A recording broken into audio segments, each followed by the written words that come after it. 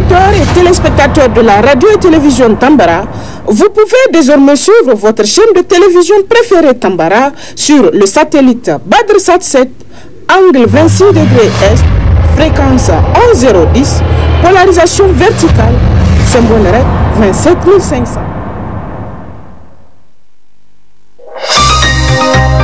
Suivez le journal avec STM Transport Voyageurs. Une nouvelle façon de voyager.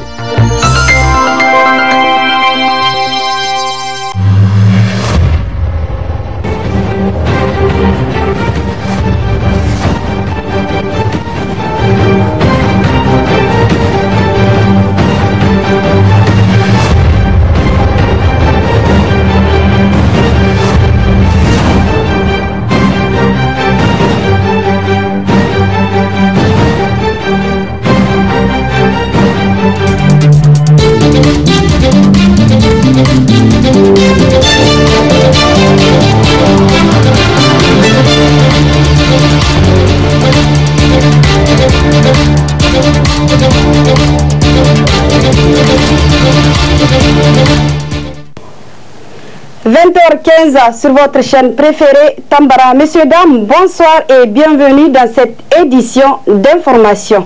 Le Haut Commissariat à l'initiative 3N, en collaboration avec l'Union européenne, l'UNICEF et d'autres partenaires techniques et financiers, ont organisé du 14 au 16 février 2023 un atelier national sur l'état des lieux des farines infantiles fortifiées. Compte rendu, Hassiatou Soumela. Initié par le Haut Commissariat à l'initiative 3N, en collaboration avec l'Union européenne, l'UNICEF et d'autres partenaires techniques et financiers. La présente cérémonie est consacrée sur l'état de lieu de la chaîne de valeur de la production, de la commercialisation et de la consommation des farines infantiles fortifiées, conformément aux engagements N4G, et propose une feuille de route pour l'élaboration d'une stratégie portant sur le renforcement de cette chaîne de valeur. Tels sont les principaux objectifs de cet atelier. Cette rencontre entre professionnels du secteur nutrition vient un point nommé dans un environnement où les indicateurs de la malnutrition infantile restent en rouge. Comme vous le savez, l'Union européenne a investi des moyens importants dans le domaine de la sécurité alimentaire et nutritionnelle depuis son précédent exercice de programmation 2016-2020 en vue d'aider les pays partenaires à lutter contre la dénutrition. Cet engagement est documenté notamment dans le plan d'action de l'Union européenne sur la nutrition, adopté en 2014, et le cadre politique sous-jacent de l'Union européenne sur l'amélioration de la composante nutrition pour les femmes allaitantes et les enfants dans des actions d'assistance aux pays partenaires. Les résultats de nos différentes interventions s'inscrivent dans la continuité du programme d'achats locaux et de la nouvelle stratégie du dispositif national pour la prévention et gestion des crises alimentaires pour la période 2021-2025. Il permet ainsi une consolidation des acquis en visant l'amélioration de la qualité et de la disponibilité d'aliments nutritionnels de consommation courante au Niger. À côté de son rôle de responsable des donateurs du mouvement sain, Scale Up Nutrition au Niger, l'Union européenne suit du près le développement des farines infantiles fortifiées et autres aliments fortifiés, notamment l'huile d'arachide expérimentée dans le cadre de ces projets. Nous osons espérer que dans le cadre des résultats du Business Forum organisé du 7 à 8 février à Niamey par l'Union européenne et le gouvernement du Niger, le secteur du développement des farines infantiles fortifiées pourra intéresser certaines compagnies relevant du secteur privé. En outre, il est important de signaler que dans le cadre du diagnostic global mené par le Centre international du commerce, sous la direction de l'Union africaine et de l'Union européenne, les aliments des nourrissons se trouvent parmi les 4 chaînes de valeur jugées prioritaires au niveau du continent africain. 3 solutions sont envisagées pour améliorer la diversité alimentaire des jeunes enfants, dira le représentant de l'UNICEF. Cette action s'inscrit comme une intervention essentielle qui contribue à la prévention du retard de croissance qui affecte plus de 2,4 millions d'enfants de moins de 5 ans.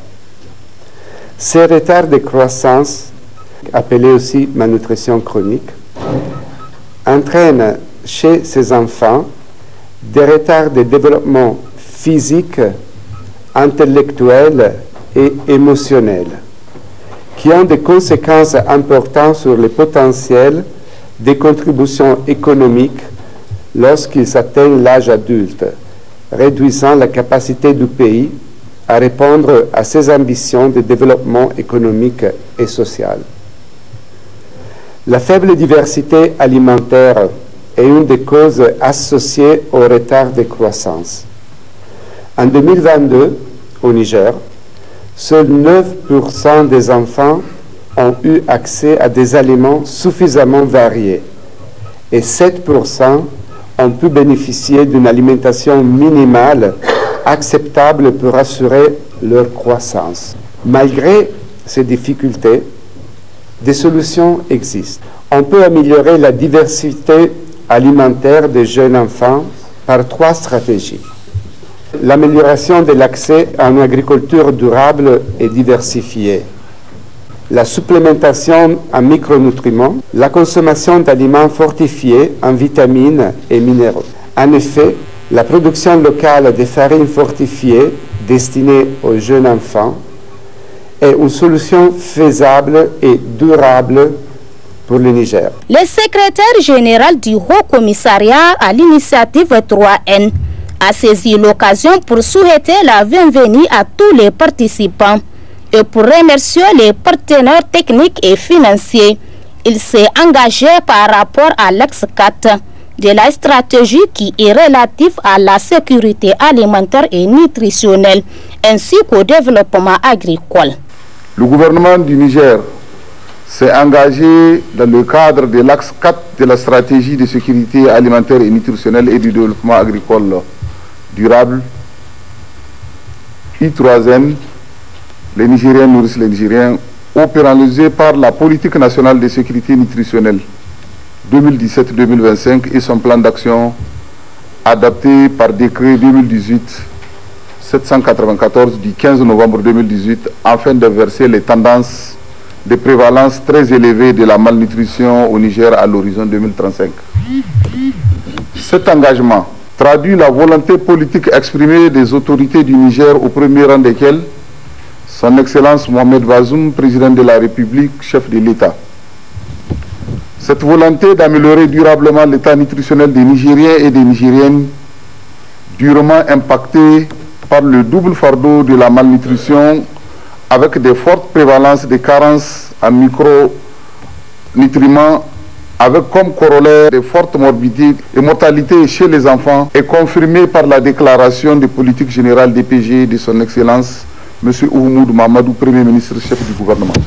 C'est pourquoi la création des conditions d'une production locale de farines fortifiées de qualité, de la commercialisation et la promotion des pratiques optimales de l'alimentation du nourrisson et du jeune enfant a été des engagements auxquels le Niger a souscrit dans le cadre de la nutrition pour la croissance. Il faut noter que cette cérémonie a permis aux partenaires de discuter avec les participants sur l'opportunité concrète de renforcement des différentes stratégies ainsi que des solutions envisagées. Il est utilisé pour tout et partout chez tout le monde. Le téléphone portable assure la communication entre les individus du près ou de loin. L'on constate la présence de celui-ci dans les milieux scolaires. Quelles sont les conséquences du téléphone portable à l'école? Suivons cet élément de Moubarak et Kantama Ibrahim. Le téléphone portable est un moyen d'échange interpersonnel ou entre des groupes de personnes. Elle permet de communiquer, d'envoyer des messages, de consulter ses courriels et même de faire des recherches sur l'Internet. Auparavant, le téléphone portable est seulement utilisé par des adultes responsables qui œuvrent dans le secteur commercial ou dans les administrations. De nos jours, il est très rare de trouver une personne sans au moins un téléphone portable. L'on le trouve partout, même dans le milieu scolaire où elle était jugée inappropriée. Cette utilisation présente beaucoup d'aspects négatifs d'ailleurs. Des aspects négatifs, d'autant plus que les élèves utilisent de mauvaise manière le portable. Normalement, ça doit être un instrument de recherche, mais c'est le contraire aujourd'hui. Et effectivement, il y a des exceptions, d'autant plus que d'autres, le portable doit servir de recherche pour l'élève. Mais au-delà des recherches, les élèves l'utilisent aujourd'hui pour d'autres préoccupations plus ou moins intéressantes. Par exemple, lors des devoirs, nous surprenons des enfants qui fouillent leur portable pour chercher des réponses aux questions posées. C'est mauvais. Là, ça ne permet pas à l'enfant d'être bien évalué. L'élève ne cherche pas. C'est-à-dire l'élève n'apprend pas les leçons. Il se targue du fait que dans le portable, on peut tout avoir. Donc, le fait d'aller apprendre, il ne le faut pas. Donc, voici un inconvénient de l'utilisation du portable. Il y a encore d'autres applications qu'il ne faut pas école. D'autant plus que c'est là, dans certaines applications, les élèves apprennent n'importe quoi, qui ne vont pas dans le bon sens. Donc, si l'État pouvait avoir un moyen pour supprimer même le port de portable dans l'ensemble même de l'établissement, ce serait la bienvenue. Par rapport aux élèves, c'est un éveil de conscience qui peut amener les élèves à laisser tomber l'utilisation du portable dans le milieu scolaire. D'autant plus que c'est devenu aujourd'hui un moyen par lequel les enfants font des distractions. Mais ce n'est pas ça l'importance du portable. Le portable devait être un instrument de recherche pour les élèves, mais à des moments précis, pas lors des devoirs ou des examens. Au même titre que les enseignants, les élèves sont conscients de la situation. L'importance, je pense que quand c'est la fin des cours, on peut appeler les parents pour qu'ils viennent le chercher.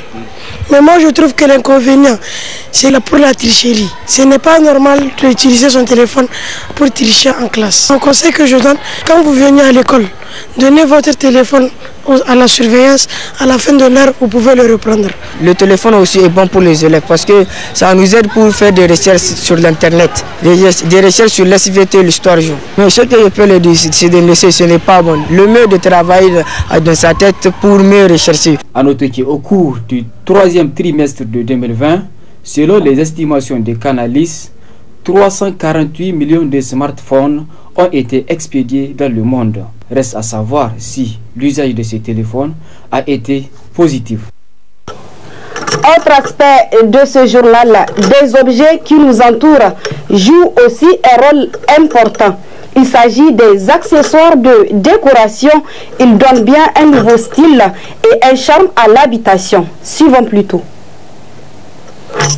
Rideaux, pots de fleurs, tapis, tableaux, papier peint. Ces accessoires de décoration sont des petits plus qui apportent de façon élégante et un charme et du confort aux maisons. C'est pourquoi tant de personnes accordent une grande importance. La décoration intérieure permet d'aménager et rendre agréable à vivre la maison. Nous apportons cet article de Dubaï et souvent de la Chine. C'est très abordable pour les prix. Les femmes viennent le chercher et acheter pour la décoration des maisons et parfois la décoration du bureau.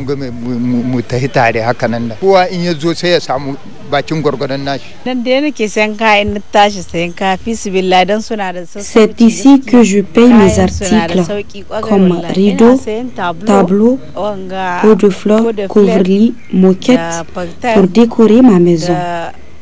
Et c'est moins coûteux. Ces accessoires sont essentiels pour en faire d'une maison un lieu chaleureux. Car vivre dans une bonne atmosphère permet une vie sans stress au quotidien. Le volet reportage de cette édition porte sur la manucure, une activité génératrice de revenus exercée par un certain nombre de personnes. Un domaine paramédical. Quels sont alors les risques de cette manucurie de la route et comment se préserver? Suivons plutôt l'entretien d'un expert de la santé au micro de Moubarak. Lorsqu'on se fait des soins d'ongles, lorsqu'on fait de la manucure, donc lorsqu'on fait des soins d'ongles, on travaille dans un environnement de risque. Il y a beaucoup d'infections que les gens traînent sans le savoir. Nous parlons notamment des infections virales, hépatite B, hépatite C, le VIH et certains types de virus qui n'ont pas d'enveloppe. Dans ces conditions, les personnes qui font les manucures travaillent au minimum à un risque intermédiaire, sur un terrain de risque intermédiaire, parce que on peut avoir des petites effractions et être en contact avec des éléments sanguins. La peau de la main elle est richement vascularisée et innervée. C'est important. À partir du moment où quelqu'un est coupé de manière nette, le risque est plus qu'intermédiaire. Même si la personne n'est pas coupée de manière à ce qu'on voit du sang en quantité, après une manucure, il y a au minimum un risque minime à intermédiaire. Et dans ces conditions, il faut que celui qui fait la manucure, lui-même se protège.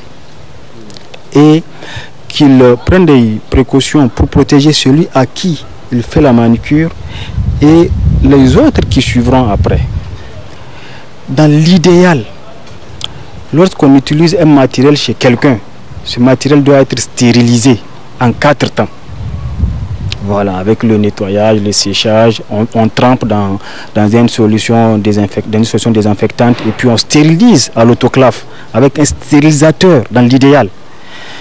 Si ces conditions ne peuvent pas être respectées, on peut avoir des solutions de remplacement, comme le fait de bouillir le matériel utilisé, qui sont des matériels non jetables en réalité en général, que nos manucures qui circulent dans la ville, qui le font dans l'informel, utilisent.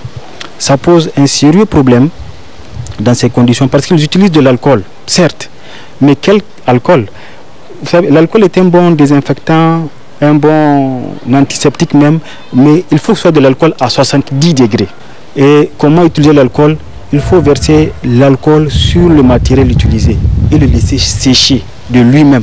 Il ne faut pas juste nettoyer, ça ne se fait pas ainsi. Puisqu'il y a des virus qui certes ne sont pas coriaces, il y a des virus qui ne résistent pas plus de 2 minutes à l'air ambiant, mais il y en a qui résistent, comme les virus de l'hépatite B, il faut réellement les éliminer. À partir du moment où il y a un risque de saignement, s'il y a un risque de saignement, la façon la plus nette d'avoir de l'assurance, c'est de stériliser de manière optimale avec un stérilisateur. Au minimum, il faut que... Donc, ces gens-là, nous allons nous adresser à eux, mais pas à eux seulement, puisqu'il y a des domaines du ministère de la Santé publique qui normalement s'en occupent.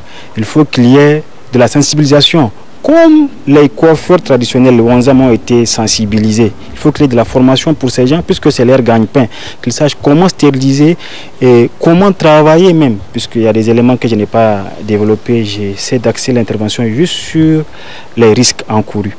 Et il y a énormément de risques, infection bactérienne, infection virale, infection mycologique. Et les champignons, ceux qui ont les ongles jaunes, s'ils ne sont pas des fumeurs et qui sont cassants et qui ont des espèces d'excroissance, ça évoque des champignons et c'est extrêmement contagieux. Là, c'est dangereux pour celui qui travaille, même pour celui chez qui il travaille.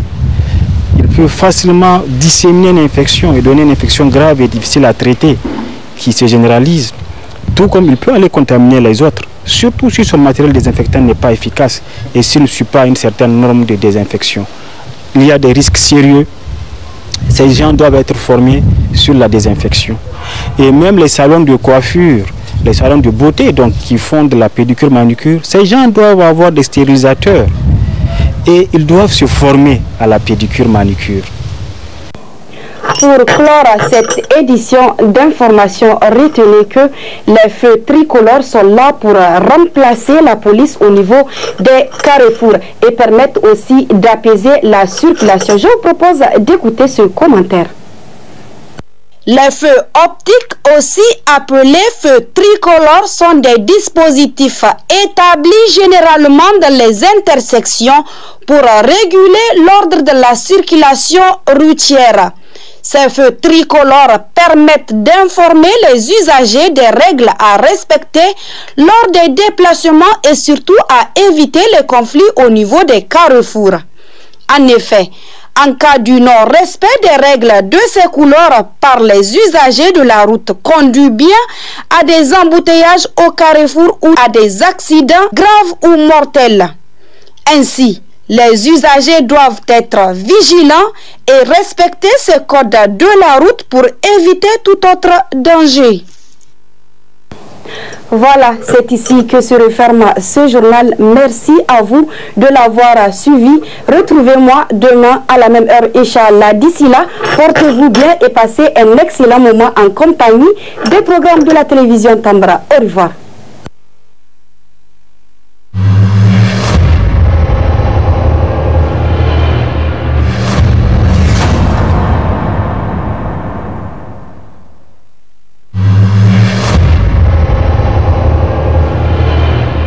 Chers auditeurs et téléspectateurs de la radio et télévision Tambara, vous pouvez désormais suivre votre chaîne de télévision préférée Tambara sur le satellite BadrSat 7, angle 26 degrés Est, fréquence 11010, polarisation verticale, symbole REC 27500.